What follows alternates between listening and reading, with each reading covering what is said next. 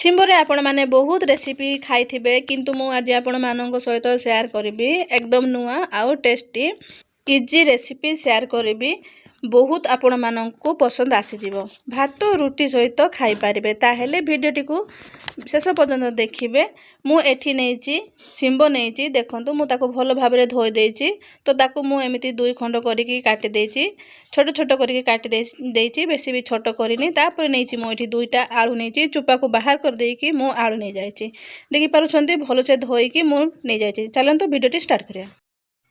Hello guys welcome my mini blog. आज आपण मानक पय गोटे मो न्यू ब्लॉग नै कि आसीची जोटा कि आम कंधमाळर पूरा फेमस खाद्य जहा कहंती झटा। आपण माने देखि पारुछंती झटा मु चारिपटे देखौची देखंतु केते सुंदर हेची बहुत फळी थिला किंतु छेली खाइ देला किंतु फिर भी एतिकी अछि देखंतु बहुत सुंदर बाबरे फळीची बाओ बहुत बढ़िया लागुची देखिया पय तो बहुत भल लागुची देखंतु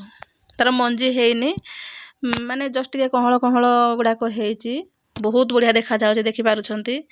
आ पूरा एते सुंदर रे फळीची बहुत सुंदर रे फळीची देखंतु केते बढ़िया देखा जाउची बहुत सुंदर देखा जाउची। मु आज झटा बेसर करिकी रोसई करबी तो मु आज सब तक तळीबी आउ मु बेसर करिकी रोसई करबी देखि पारुछंती बहुत सुंदर भी देखा जाउची। आउ एटी गोटे काठ दिया आइची ऊपर को जीवा पय कहि कि एटा आउरी अधा छडा हेची जोटा कि बिहन पय आसंता वर्ष पय एटा लगा हबो तेणु सेटा ऊपर को जोटा मंजी हेची तो सेटा छाडी कि मु कोण कोण गुडा को नै जिबे तो देखि पारुछंती केते सुंदर हेची तारो फूल भी झड़ीनी बहुत सुंदर हेची। आज हमर हबो झटा बेसर चलंतु भिडियोटी स्टार्ट करिया। मु एठी मसला को भल भाबरे कसुची मु मसला रे नेइथली काहेकना मु मसला बने बाटिला बेलू मु वीडियो बनै पारि नथिली व्यस्त रे रहि गली सेते मु वीडियो बनै पालेनी। मसला रे मु नेइथली किछि लंका दीटा नेइथली तापर नेइथली मु अदा किछि आ अल्प टिके मु रसुन नेइथली तापर मु जीरा सोरिष करिके मु ताको शिळ रे बाटी देइथली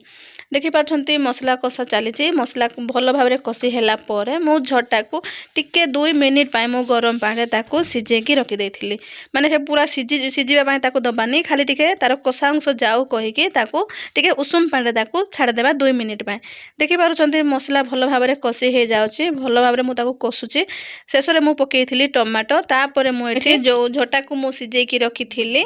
तो ताको मु एठी पकेइबी मु झटा रे नेइथली अल्प टिके मु मटर को देइथली आलू आउ झटा मु सिजेइथली एठी मु सब तक पकेइ देबी देखि पारुछंती तार बासना तो बहुत बढ़िया बासना आसुची आपण माने खाई कि जानिबे केते टेस्टी लागुची कहि आपण माने पखाळ भात सहित मध्ये खाइ पारिबे आपण चाहिले जेमिति भी खाइ पारिबे देखि पारुछंती सब तक पकेइबा तापर भल भाबरे आमे ताको मिसै देबा आमर एटी गरम पखाळ सहित खिया हबो सेथिबा मो नेली किछि गरम पानी रखितली तो गरम पानी पकेली आउ एठी मु भल भाबरे मिसै दिली देखि पाछंती एतिकी टिके ग्रेवी रखिबे आपण माने एथिरु रुटी किबा भात सहित भी खाइ पारे आपण जेमिति चाहेबे सेमति आपण माने खाइ पारिबे। मो पाखे धनिया पत्र नतला तेणु मो धनिया पत्र पकेइ नतली शेष टिके गरम मसला पकेइ देली बास वर्तमान रेडी हे गेला हमर तरकारी झटा तरकारी एबा आपणकर सिंबो तरकारी से पर्यंत रहिलो वीडियो टके एटी रखुची बाय बाय।